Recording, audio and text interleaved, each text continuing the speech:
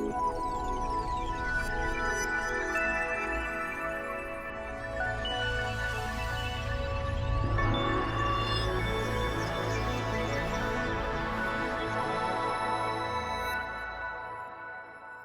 followed with very close interest the work of the 2020 Trust.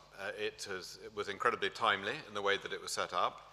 It's pursued its work with great diligence and imagination and creativity. And what's been, I think, really profoundly uplifting about this process is that I think you've tapped in very early into a growing consensus and helped to forge a growing consensus across the political parties about the need for fairly fundamental change in the way in which public services are delivered. And I think the role, when the histories are written, the role of the RSA and the 2020 Trust in stimulating and helping to forge that growing consensus will be up there in lights. So it's a great pleasure to speak at this event and to talk a little bit about what the government is doing, because I think all of us who are deeply concerned with the provision of public services have been on a journey of understanding the challenges that exist both in the way in meeting the fiscal stringency which now exists and in terms of ensuring that services are as best as they can fashioned around the needs of users of services rather than the suppliers of services. So a word first about how we're approaching the whole issue of efficiency and reform in central government. I believe that consultants use the phrase the loose-tight balance, where they distinguish between those matters which in big complex organizations properly are the role of the central head office, if you like, in the organization, and those matters which should be pushed as far away from the center, as close to the front line of service delivery as can practicably be managed. And it seemed when we explored this balance where the boundary should properly fall, a reasonably high degree of consensus emerged among those who have experience in managing these big complex organizations. And essentially a lot of the things which have to be controlled centrally are those which you would think of as overhead. Property, for example, procurement, control of cash, clearly, control of big projects, the projects that carry reputational risk, operational risk, financial risk. Most organizations, you would expect those to be controlled or able to be controlled centrally. Procurement, the management, the buying of commodity products, commodity goods and services, where you would expect to leverage the size and scale of the whole of the organization to drive down price. IT, you would not expect in most organizations each individual part to be procuring its own telecommunication system. You would want the IT systems across the organization to be compatible, to be interoperable, to be connected. You wouldn't expect to be commissioning and procuring and reinventing new applications, new systems, new services without first seeing whether something was already in existence in some other part of the organization that could be used or adapted for the purpose. But beyond those things which are essentially about the overhead and the infrastructure of the organization, you would expect responsibility for delivery of the service to be pushed as close to the front line as you can get. And when we analyzed this under the last government, and this isn't an occasion to make a partisan speech, and I'm not going to do so, but we are approaching things in a different way, and it's important to spell out the ways in which our approach is different. It seemed to us that under the last government, that balance was in some ways almost diametrically wrong. There was a desire in many ways to try to control the delivery of frontline services from the center, an almost obsessive desire to micromanage from the center, to set intricate targets which were endlessly monitored and regulated and audited, and with guidance and regulation emerging from the center of government. And this desire to micromanage delivery, frontline delivery from the center, seems to us both wrong and doomed to fail. Doomed to fail because you have to have so many wires connecting the center with the front line. The idea that you somehow sit behind a desk in Whitehall, twiddling dials and pulling levers and pushing buttons in the vain hope that they may be connected to some part of the machinery, is just doomed to disappointment. And so it's doomed to fail, and wrong because you can't possibly know from the center what are the different needs and preferences of the users of services at the front line. And we should allow people to express those differences and preferences in different ways. And yet on the things which should be tightly controlled, no one was taking any interest in that. So you had commodity procurement taking place in a fairly random manner, so that one part of government, we discovered, was paying literally 7.5 times as much for something as basic as black toner cartridges for printers as another part. Bonkers that the scale of government was not being used to drive down cost using that sort of volume buying. Different IT systems, often frequently not interoperable. It's like as if you started to design a new railway system and didn't bother to check whether the tracks were the same gauge. It's insane to allow that to happen with different parts of government going off and commissioning new IT systems almost identical or very close to something already paid for expensively in some other part of the government. So we sought to redress this balance and reverse it, to exercise serious control over those overhead things where the scale of government can make a difference. And we started by imposing some central controls in the first instance to drive down cost within this financial year, doing things like renegotiating contracts with the biggest suppliers to government, which had never been done before, expecting them to treat with the government as a single customer, not as a multiple customer. And all of these processes that we've set in train, dealing with suppliers differently, exercising much more central control over the commissioning of IT projects, and so on, will yield, we believe, in the course just of financial year 2010 to 2011, and essentially in the second half of that year because of the time delay in getting going, we will have saved something in the region of £3 billion through that process. And it's very unglamorous work. Spending most of August, as I did, renegotiating these contracts was not perhaps one's chosen holiday pastime. But it's important and it has to be done, and senior people in government have to take a close interest in these things and do the work and get your nose in the files and understand what's going on and do the work. There's no alternative to that. So exercising that central control and oversight in order to yield savings is a very important part of how we intend to proceed. And those sorts of controls, will adapt them and flex them as time goes on, but the ability to exert that control has to persist through this period of financial stringency, the spending review period to which you referred, Geoff. So what about the other side of it, the loose side, the pushing responsibility away?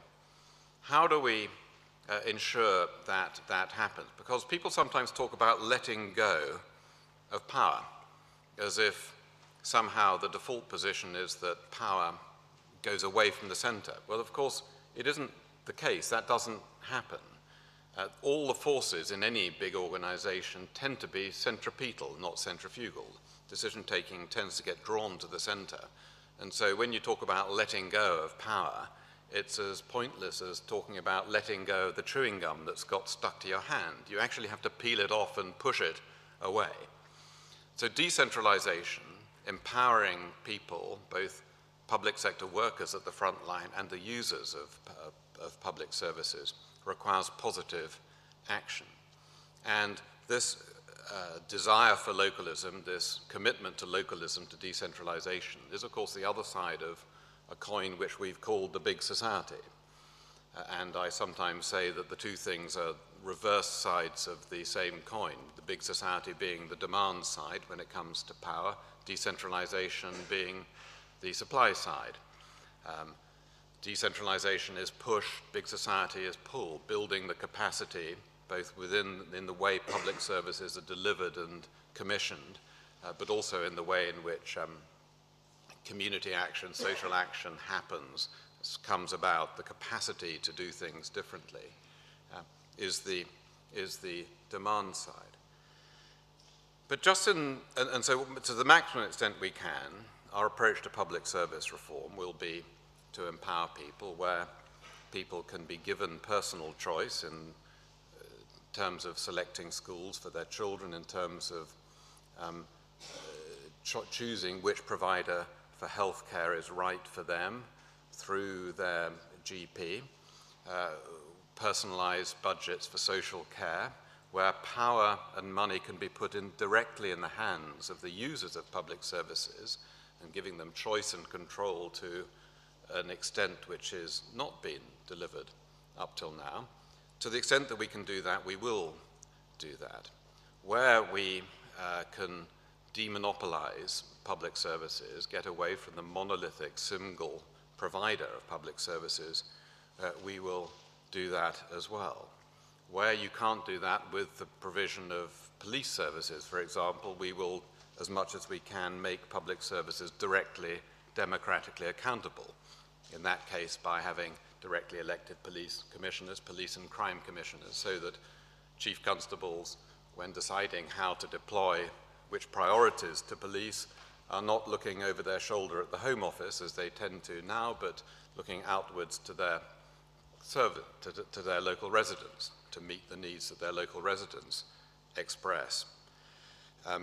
Local government. Before the last election, I had a session with a group of local government chief executives, and actually there was a council leader there who said to me, "Francis, if you form a government after the election, what do you want us in local government to do?"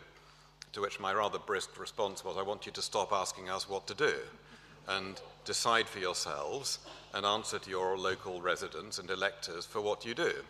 And one of the chief executives said, "Well, I think you may be underestimating the extent to which local government has become infantilized under the Labour government." And his word, not mine. I was shocked, frankly, to hear it. But I think there has to be a readiness for those whose responsibility it is to provide public services at a local level to step up, take that responsibility and exercise it in a way that is not accountable to us in Whitehall, but accountable to the users of the services. For those services which are not amenable to any of these means of reform, I want to talk about some mechanisms, if you like, which I think can between them in different ways be transformative of the way in which public services are delivered in the coming years.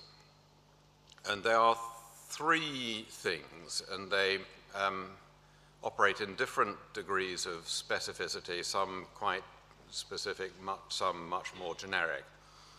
And they are essentially, one is channel shift, the movement of the provision of public services online, with the concomitant decision that there has to be that you don't persist with the non-online, the physical delivery of public services. And I'll say a word more about that. The second is giving groups of public sector workers the right, the effective right, to form mutuals and spin themselves out of the public sector, but to continue to provide the public services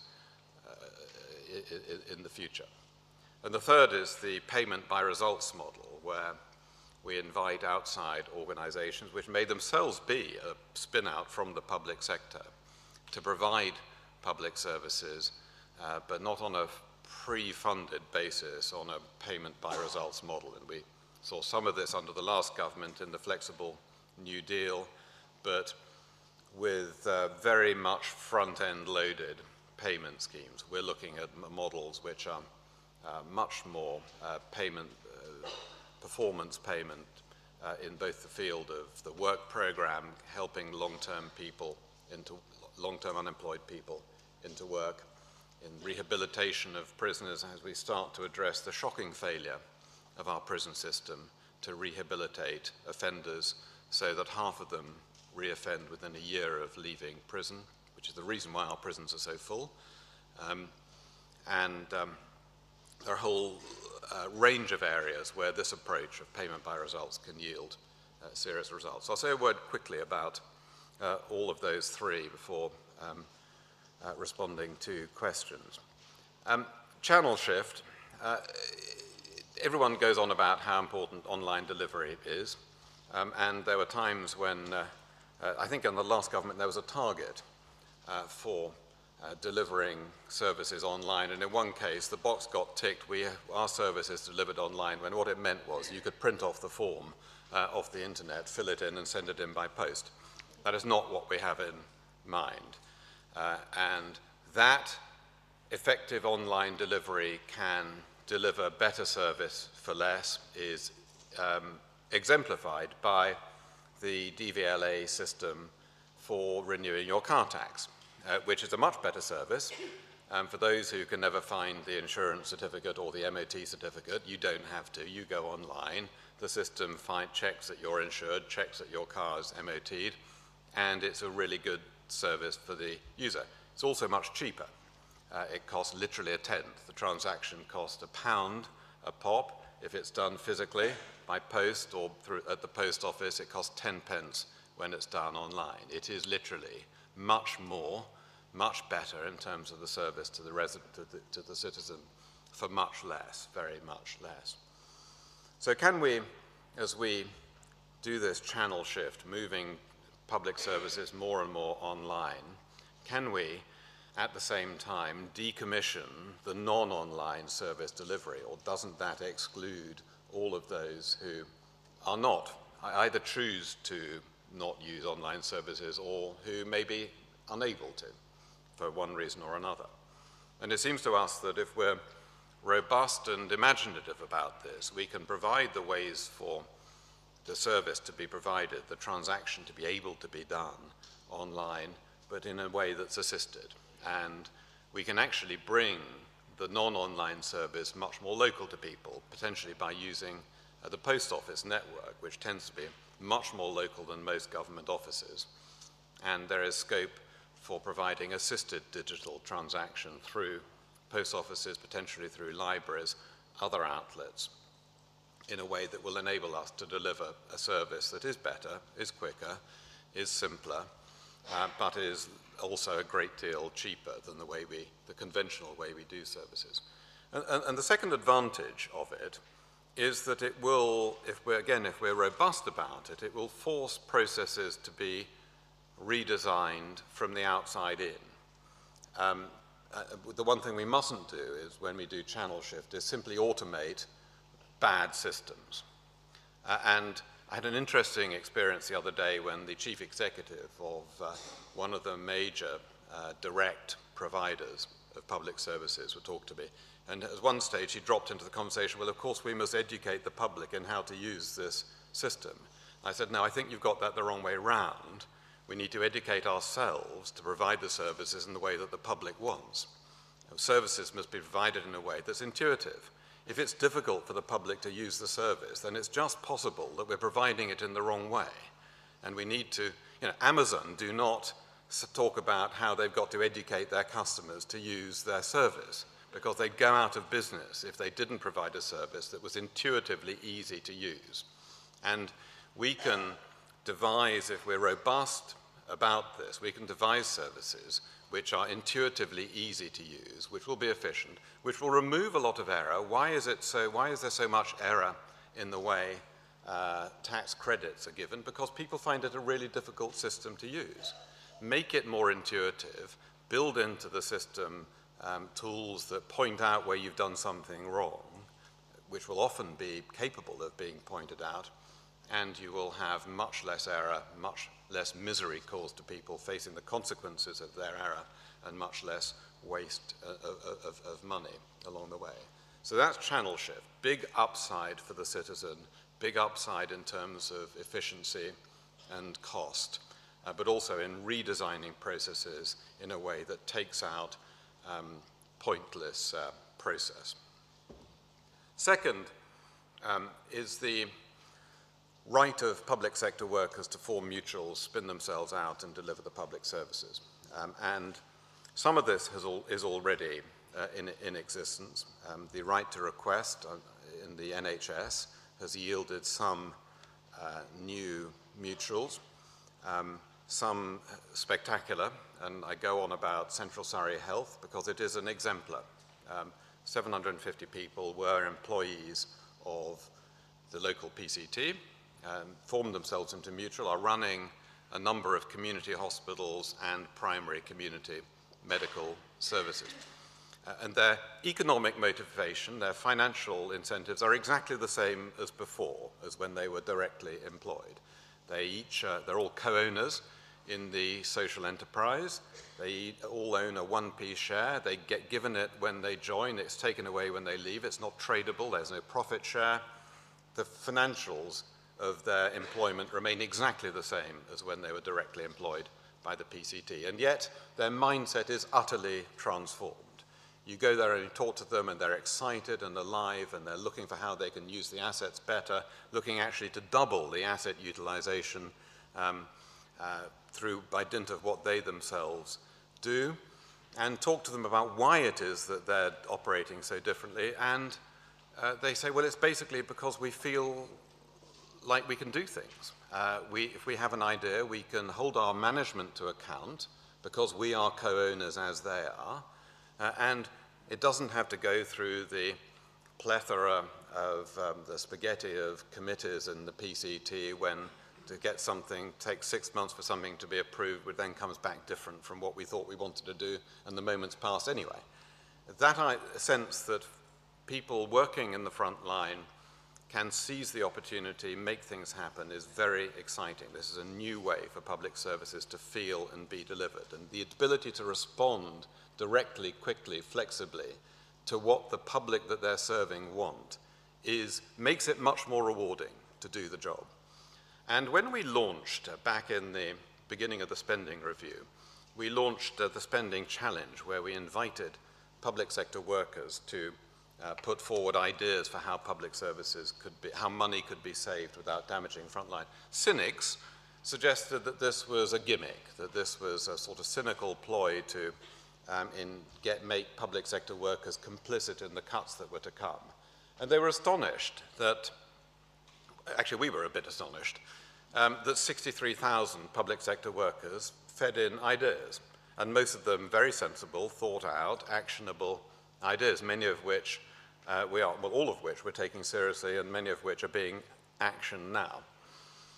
And what that told us was that there's a huge pent-up frustration in frontline public sector workers who can see how things could be done differently but aren't able to make it happen. And this was the first opportunity many of them had had to express it in the hope that those ideas could be put into action. And among those 63,000 people, and the many others who will have the same frustrations, there will be plenty who are themselves entrepreneurs, who will see the opportunity to lead their own teams into mutuals to deliver the public services and to give effect to the different way of doing things that they've identified. And that's, I think, a very exciting prospect. That's about people feeling better about what they do, having a more rewarding job and life, and public services being delivered in a way that is both more efficient, in the sense of being cheaper, and more responsive to the needs of the users. And I'll be saying more about how we develop this. We have a number of Pathfinders projects being developed with lots of support from organizations like John Lewis and Central Surrey Health and others who've done this underway at the moment. I'll be saying more about this in the course of the next couple of weeks. The third mechanism, which I think can be transforming, is the whole area of payment by results, looking for